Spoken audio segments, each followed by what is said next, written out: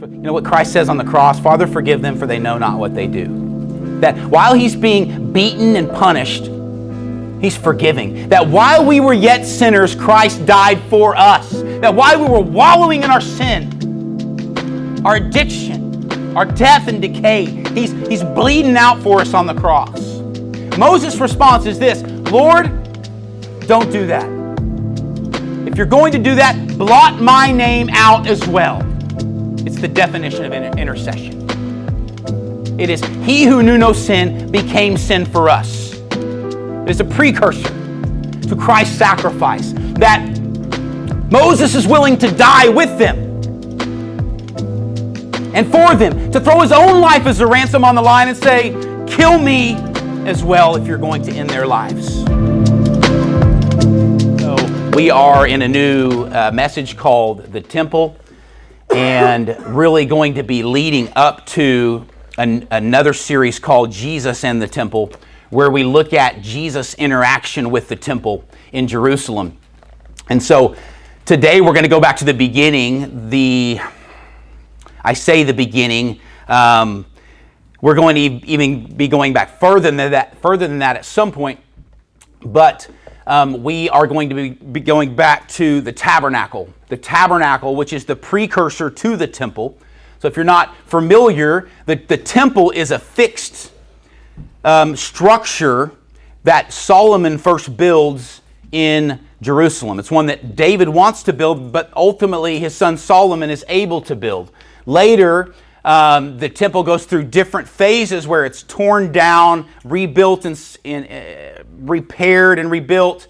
And then there's another section of time where Herod the Great builds a temple in Jerusalem, really starting from scratch pretty much and building what Jesus interacted with. But in order to do that, we want to go back to the beginning, to the original prescription by God in the book of Exodus, Exodus chapter 33. And we're going to be reading verse 7, verse 8, and then we'll skip to verse 11 for time's sake and really to pull out what we're looking for here today. I'm going to be talking about the tabernacle as we start our series on temple, part 1. So in Exodus chapter 33, starting in verse 7, it says this: Now Moses used to take the tent and pitch it outside the camp, far off from the camp, and he called it the tent of meeting. And everyone who sought the Lord would go out to the tent of meeting, which was outside the camp. Whenever Moses went out to the tent, all the people would rise up, and each would stand at his tent door and watch Moses until he had gone into the tent. Now skip to verse 11. Thus the Lord used to speak to Moses face to face. Let's say that again. Thus the Lord used to speak to Moses face to face, as a man speaks to his friend. When Moses turned again into the camp, his assistant Joshua, the son of Nun, a young man, would not depart from the tent. Let's pray. God, we thank you for your word. Your word is sovereign. Your word is true.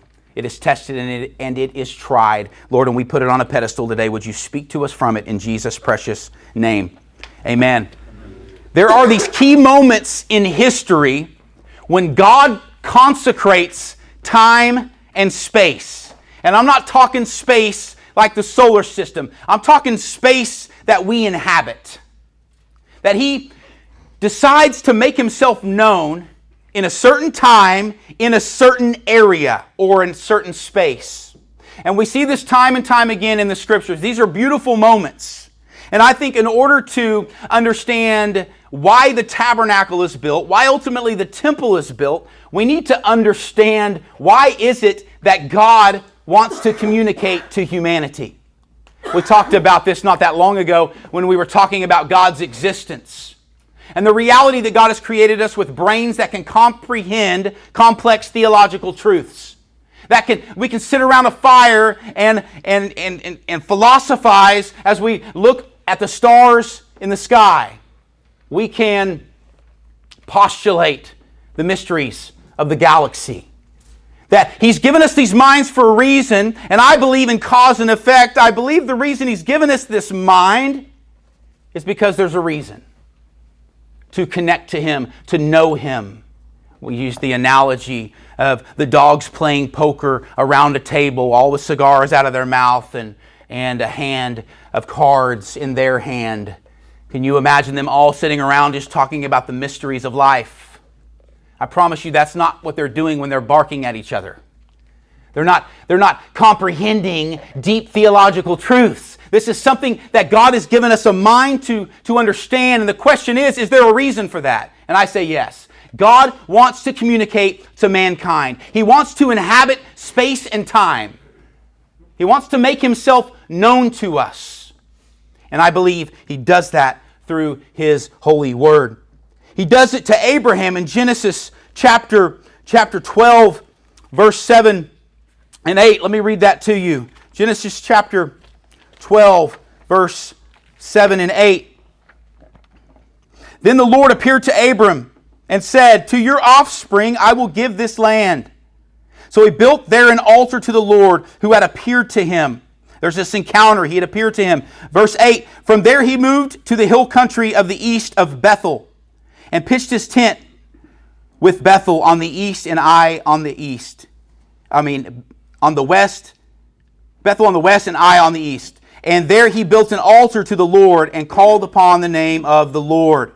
This word Bethel, is the word Beth in Hebrew means house or dwelling place. And El is God, mighty God of creation. So the house of the mighty God of creation. Why is it that there's a house spoken of in this situation? It's a place where God appears to Abraham, and it's a place where ultimately Abraham feels the need to build an altar because he acknowledges that there's something about this space in which God decided to inhabit at this certain time, to make himself known to me. Therefore, I want to memorialize this space. We kind of give Peter a bad rap at the Mount of Transfiguration, when the glory of Jesus is shown.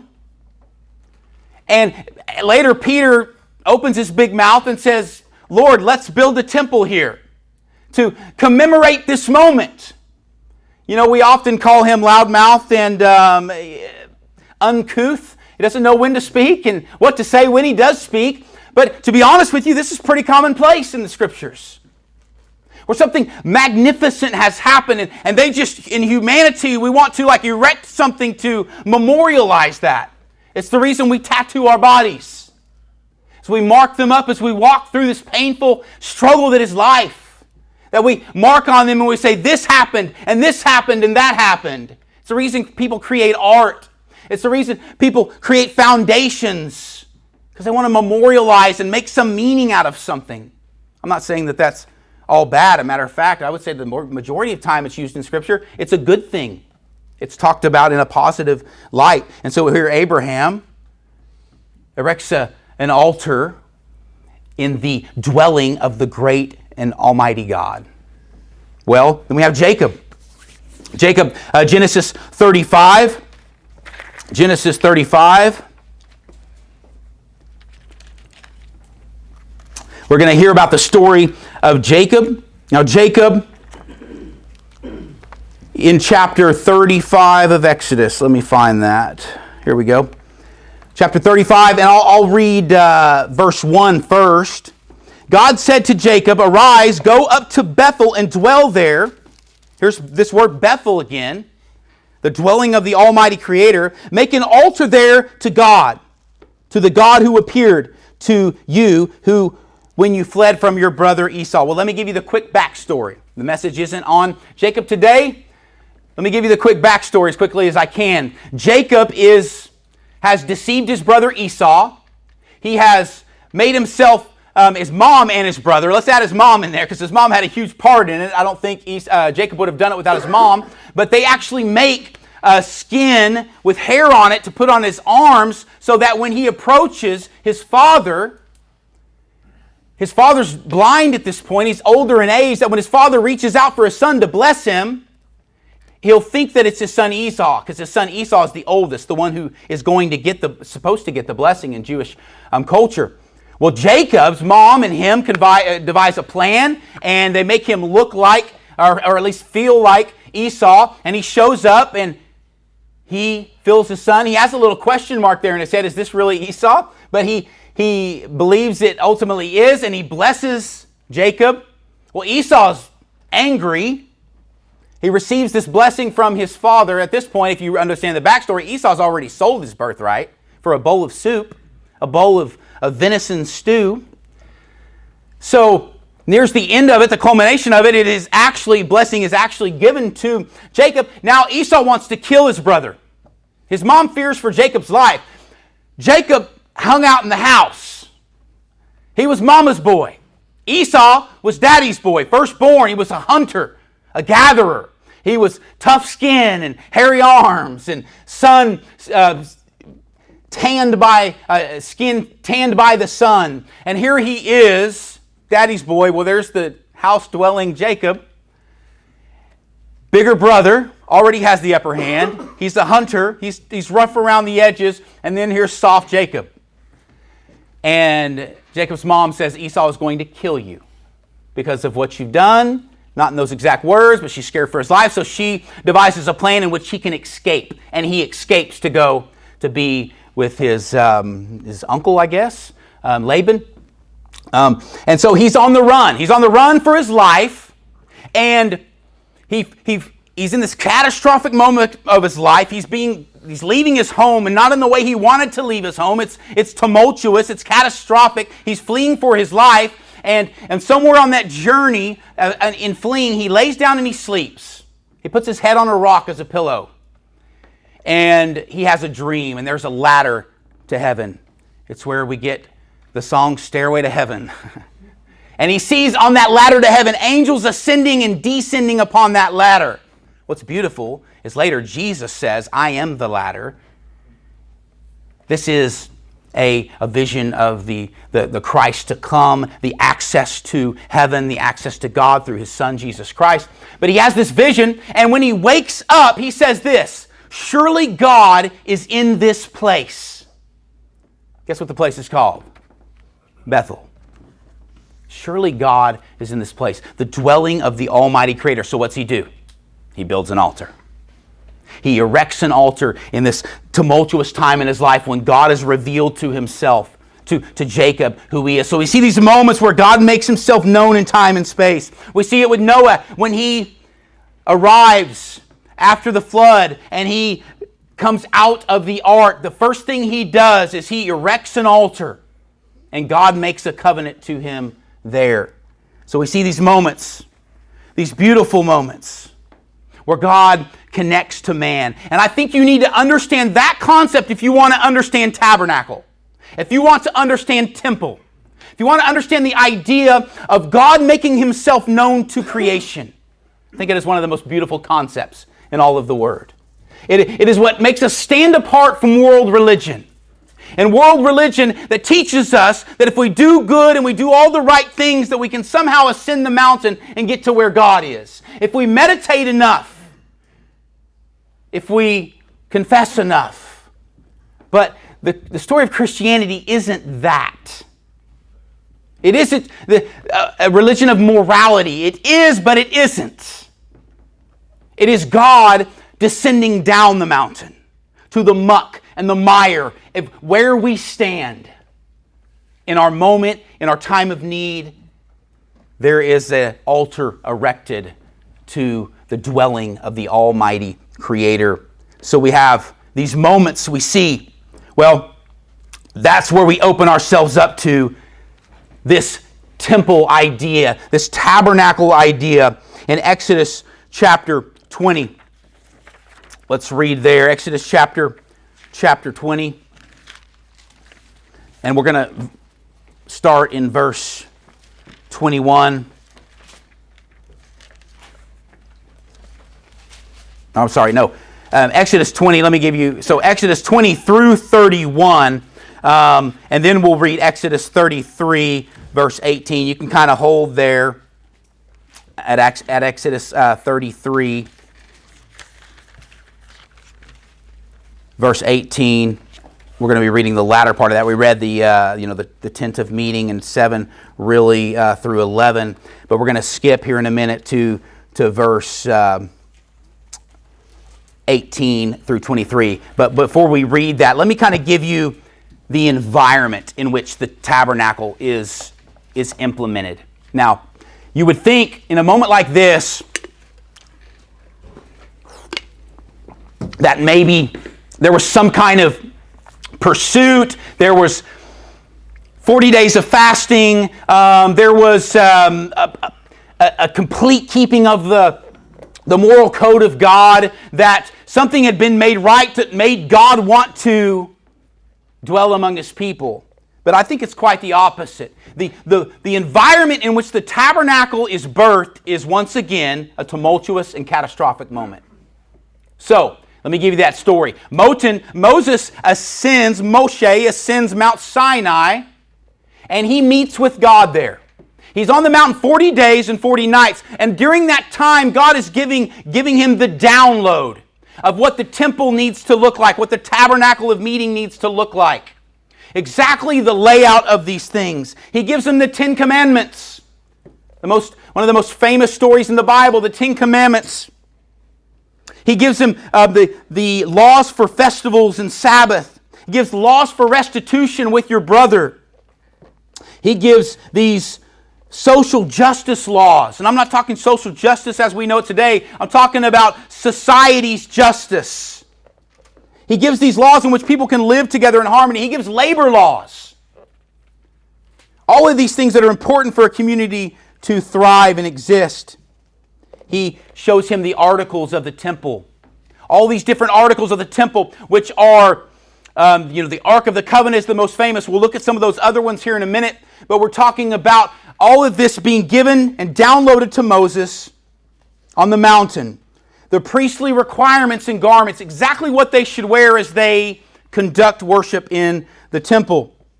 So, all of this is happening.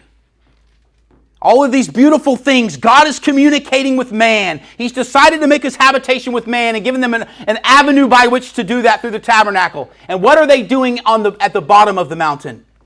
40 days have passed. And they're growing weary, and they say, maybe Moses isn't coming back. Maybe he's gone. So what do? They take all their earrings out and their nose rings out that are gold, and they melt them down, and with Aaron's help, they fashion a golden calf. And this golden calf is erected, and they're all worshiping this golden calf. So here comes Moses with the 10 Commandments, the connection to God, all of these beautiful things by which His people can visit Him. And God says, get down the mountain quickly. Why? Because they had made an abomination, and Moses comes down the mountain. He's got his tablets in tow, and what does he see? Everyone, hey, Moses is back. Teach us, O mighty Moses. No. He finds them in open debauchery and idol worship. This is the environment in which God is saying, I want to meet with people. In debauchery and fornication and idol worship, that He is creating this concept. And I promise you, God is not caught off guard by the fact that they're doing this. He knows that this is going to happen, yet He's still giving Moses the prescription by which to reach Him. What kind of God? What kind of mercy? What kind of compassion?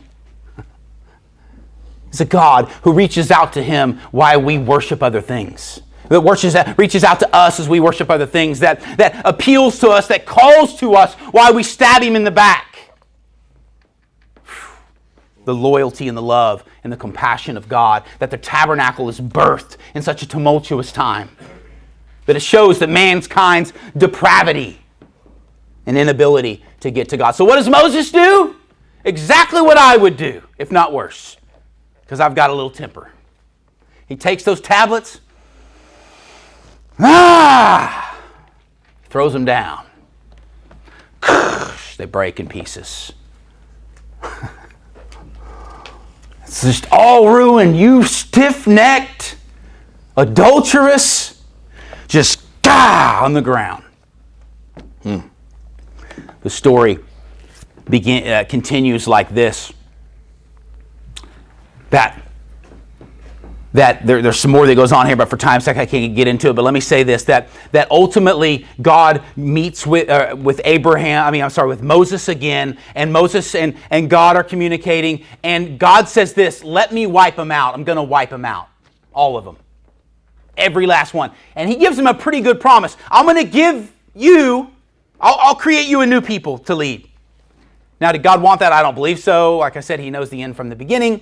But he is testing, and I believe that Moses comes through true here. Moses' response is this, and I think it's a good deal. Like, you've just seen the failure. You saw Moses' outbreak of anger as he throws the tablets down. We see his anger represented elsewhere in Scripture as well. This is not abnormal for Moses. But he's frustrated, and God makes a deal. Hey, I'll give you an entirely new people. I'll wipe them out, all of them. You're like, what would your answer be? Okay. Wipe them out. Can I watch? All of them. Every last one of them. Can you imagine? Especially that one guy who's been talking trash. What's his response? It's the opposite of that. It is the response of Christ. You know what Christ says on the cross? Father, forgive them, for they know not what they do. That while he's being beaten and punished, he's forgiving. That while we were yet sinners, Christ died for us. That while we were wallowing in our sin, our addiction, our death and decay, he's bleeding out for us on the cross. Moses' response is this, Lord, don't do that. If you're going to do that, blot my name out as well. It's the definition of intercession. It is he who knew no sin became sin for us. It is a precursor to Christ's sacrifice, that Moses is willing to die with them and for them, to throw his own life as a ransom on the line and say, kill me as well if you're going to end their lives. He lays his life down. Now, when I think of this, I think of a man who had gotten to know some people, some mothers and fathers, and he had been fishing with them. He had shared stories with them around the campfire, that he had great hope in who they could become. And in that moment, he says, blot my name out. This beautiful intercession that is ultimately the intercession of Christ on the cross. So that's the backstory. So then God reinstitutes everything he did before. I believe Moses passes this test. And all of these things are reinstituted. Many people die because of this, and there's a consequence that happens here. But nonetheless, God's covenant is still continuing. God doesn't blot them out, nor does he Moses, because he knew it all along. And while they were committing sin, he was giving the plan by which they could get to him. That's my God. That while I was a sinner, he died for me. That while I was devising schemes on how he didn't exist, he was devising schemes on saving my soul. This is Jesus, one who stands shoulders above world religion.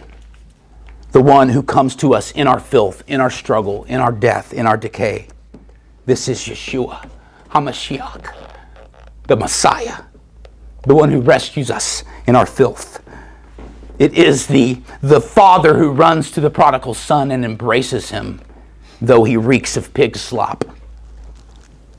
We see that these things are reinstituted. All those things I said, laws of restitution, labor laws, and social justice laws, festivals and Sabbath, the tabernacle and its creation, articles in the temple and how they would be built and what they would be built of, priestly requirements and garments. So we see this human failure, but we see intercession, and we see God rescuing his people through this intercessor, Moses. So then we see an encounter. So you understand all of that beauty. Now we look at Exodus chapter 33, and we're going to skip down to verse 18 and look at this encounter with God. This encounter that is a communication with God, God making his dwelling among men, Moses' communication with God. And what you're going to see in this is Jesus once again. Moses said, please show me your glory. And he said, I will make all my goodness pass before you and will proclaim before you my name, the Lord. And I will be gracious to whom I will be gracious, and I will show mercy on whom I will show mercy. But he said, you cannot see my face, for man shall not see me and live. And the Lord said, behold, there is a place by me where you shall stand on the rock. And while my glory passes by, I will put you in the cleft of the rock, and I will cover you with my hand until I have passed by. Then I will take away my hand, and you will see my back, but my face you shall not see. A quote came from someone, David Carr. I don't know who this guy is. Maybe he's just a normal Joe. But I saw this recently on social media. It says, the sun will burn your eyes out at 92 million miles away. 92 million miles away from the sun. Get you a little closer to the sun and stare at it, and it will burn your eyes out. And you expect to casually stroll into the presence of its creator.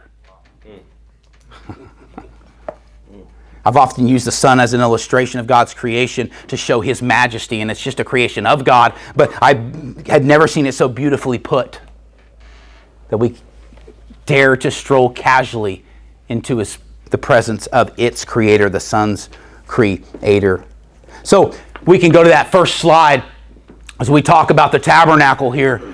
And this is a recreation. It's in Timna Park. We would have been there about a month ago, but stinking COVID shut everything down. We would have been filming at this very tent tabernacle recreation. It is the exact specs and measurements of the Bible and the tabernacle given to Moses. And so this will give you some idea of the size of it and the scope. We always get these wrong ideas of size and space, especially as Western minds reading the Bible, and we need to read it in its Eastern context. This is actually a lot smaller than I thought it would be. But for a tent, it is massive. And so the materials, if you look at, so the outer walls, now these aren't the exact materials, it's just giving you the space and structure of the tabernacle. But to understand what you don't see here, there are certain materials that were used, and I'm going to nerd out for a minute, so don't fall asleep. The outside was just common material, this outer perimeter. You see that outer kind of tent wall that's being created. The inside of that tent wall was linen. The outside, I believe, was goat hair. So you have this pristine white linen on the interior and this goat hair on the outside. What it kind of compares is the outer elements, the outside, the humanity of the outside of the temple, the common things. But then when you get inside the temple, in the courtyard, as you call it, there are things that are consecrated and deemed holy. This time and space, once again, that is being occupied by the Creator where He meets with man. This is linen to distinguish between common things and sacred things and holy things. Now we can take that too far and make things sacred, and unfortunately that's been done in history where ultimately things become worship. That's not the reason for this. The reason is just to show through material things that there is a separation between God and man. That there is the pure and the holy, and there's those down there making the golden calf at the bottom of the mountain that God is rescuing. So we see this different material used. The interior would be called the Mishkan. The Mishkan is the actual tent in the back side of that outer courtyard that you see standing high above with the veil on the holy place there. And this is the Mishkan. So the material in this is a little different. You've got, so that tent, this is something that was taken down and transported from place to place. And it also had to withstand wind, rain, hail, the beating of the sun daily. Anybody who's owned a home and you know the maintenance on things like that, you know that the elements can beat down something. Well, this was no exception with the tabernacle, and you have the goat hair would have been the outer leather that would have covered the Mishkan or the temple inside of the tent inside of the courtyard. would have been this goat hair, which is a little bit more durable. It's ugly, but it would have repelled the sun and rain and things like that. Then the next layer would have been dyed ram skin. And so that ram skin would have been dyed red. So you have first layer, goat hair and leather, and then you have the ram's leather dyed red. And then the next one is debated. Some say it's the leather of a porpoise, and some even say a sea cow, like a manatee. I'm going with sea cow because, I like manatees. I have no reason for that, but it's an undistinguished leather that they're using. But then underneath that is linen. Once again, linen is the first thing would have been on the interior of the Mishkan. And so we have some of the things that were used. Acacia wood is used. Acacia wood is used for the structure of things within the temple. Even the ark itself was fashioned from acacia wood, the Ark of the Covenant. The only thing that wasn't fashioned from acacia wood would have been the menorah, which was hammered of pure gold, which we're going to go into every element in other chapels and probably piece by piece work through the elements of what those things represent. But these are the materials used: acacia wood. Some would argue that acacia wood is the very wood used for the crown of thorns. And many would agree with that. So these are some of the things that are used. You can go to that next picture. While you're doing that, the question is, so this is about a year after they've exited Egypt. They've been delivered from Egypt. The 12 plagues have rained down, and God's people have been liberated. They've left Egypt. Where are they getting all this stuff? Where are they getting gold and the jewels for the priestly garments and linen and all these things? Well, if you read the book of Exodus, when they leave Exodus, and I think this is a great argument for this, that the Bible says they plundered the Egyptians. That doesn't mean that they went and robbed their houses. That means that the Egyptians wanted them gone so badly that they gave them things and gifts. Get out of here. Here, take this with you. I'm going to remind you, the last plague was the death of the firstborn. And almost every household was affected by the death of the firstborn. And so at this point, they're giving things to the children of Israel. Go, leave. Here's some linen. Here's some incense. Here's a little bit of gold. And so here they are about a year outside of their exodus. And some would say this took about 7 months to construct. Well, now we look at the structure as far as the layout of that.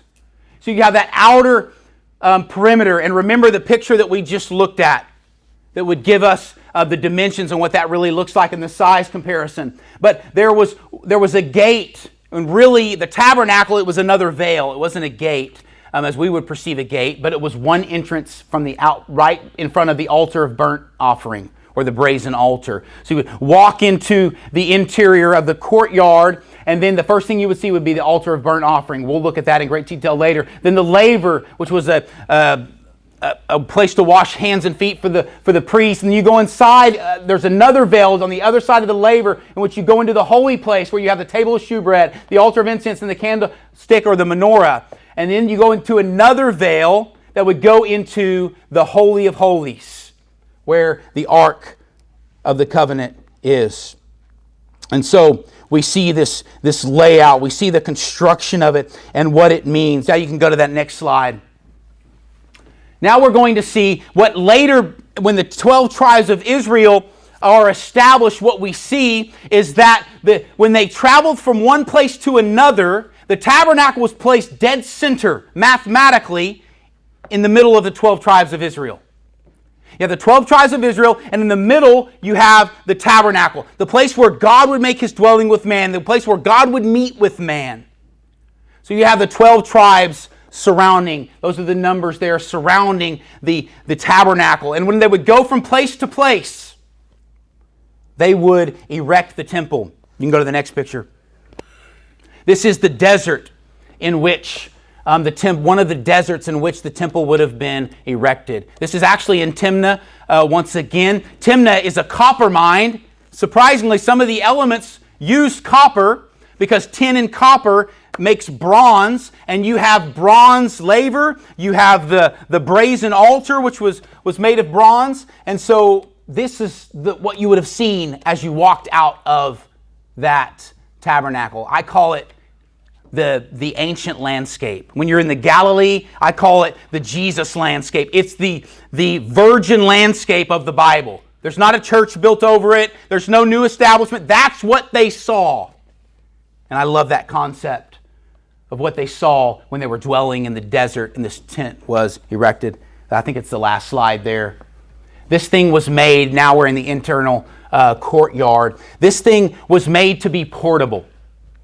So there were these round loops that were placed on the different items because you weren't to touch the items in transport. You would put poles through these loops, and only the Levites would carry these items. And not just the Levites, but a special sect of Levites from the tribe of Levi would care for these items and transport these items.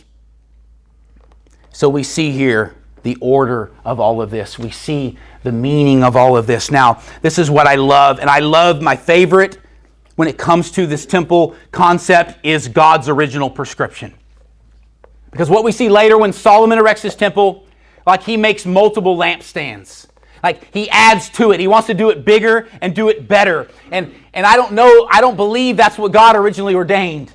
When we look at the tabernacle, we see the simplicity of it. We see what God originally prescribed. There's one door to the tabernacle. There are multiple doors to the New Testament tabernacle. And I think we'll bear out what that means in later chapels. But I believe there's one way in. And we'll get into that later. But this is the way this one was built. There's one way in. And another reason I believe it to be the purest form is because it's mobile. And the Bible says that He doesn't desire to dwell in temples. He desires to dwell in you. The Bible says you are a temple, a mishkan of the Holy Spirit. That he dwells in you. That the ultimate goal here was not to dwell in the tabernacle, but this was a type and figure of ultimately what He would do. Dwell in mobile tents that pulled our pegs up this morning and went and mowed Rogers Lane. That pulled our pegs up and went out and sanded wood. That pulled our pegs up and went to Lawton, to the east side. Super thrift. And sorted underwear. The portable temple, because my friend, what more effective than an army of portable temples that invade this earth? For you are the salt of the earth. And if the salt loses its saltiness, it's good for nothing but to be cast out. You are the light of the world. You know what that's saying? You are the hope of the world through Christ Jesus. You are the flavor of godly things to the world. You are the hope for your family. You are the hope for your children. You are the hope for your wife. You are the hope for your community. You, yes, you. You may have never thought of yourself that way, but God has prescribed it that way, that you would be a temple of the Holy Spirit. Lastly, we end here. That in the book of John, it says, in the beginning was the Word, and the Word was with God. And then later on it says, and the Word became flesh and dwelt among us. The reason that's changed a little bit in interpretation is because we don't really understand tabernacle. Well, you do now, and you will as we continue in this class and these lessons. But you know what it's really saying there in the original language? And the Word became flesh and tabernacled among us. In the center, in the lebab, in the center of who we are. From your bellies will flow rivers of living water. That He dwells in the center of the 12 tribes of Israel. That he dwells in the center of you. And the Word became flesh and tabernacled among us. He desires to inhabit the praises of His people. He desires to reach that homeless guy who just stole something at Thrift East. He desires to help that hungry man who walks in when you feed him your lunch for that day. He desires to tabernacle among us. Let's bow our heads. God, we thank you for this day. God, we thank you that you make your home, your dwelling among us. God, there is no story like it. That while we were yet sinners, while we were fashioning golden idols, you are planning and devising a way by which we can reach you. You are calling to us. You are beckoning to us. Lord, we thank you and we love you that you tabernacle among us. Would you tabernacle in our hearts? Would you tabernacle in the center of who we are? Would you envelop us, not because of the good we have done, but because of the bad we've done. Because we've profaned your name and we are in desperate need of a Savior. Lord, what makes us eligible is that we're heavy laden and we're broken. Lord, it is the sick who need a doctor, not the well. That God, that when we become weak, you become strong. That we realize our weakness, we confess that we're idol makers. And that God, only you can save. We acknowledge your plan, we repent of our sin, and we fall upon your mercies. That rock that is Christ Jesus. That rock in the cleft of the rock in which we hide in. That shelters us from the wrath to come. That shelters us from the judgment of our sin. Because we're clefted in to Christ. Lord, we thank you for this beautiful picture that is in your word. God, for simple people like me, I need a picture Bible. Jesus, and I thank you for pictures and beautiful imagery that allows me to understand your love and your compassion and your grace for a sinner such as I. In Jesus' precious name, amen, amen, amen. God bless you guys. Have a good day. Thanks, man.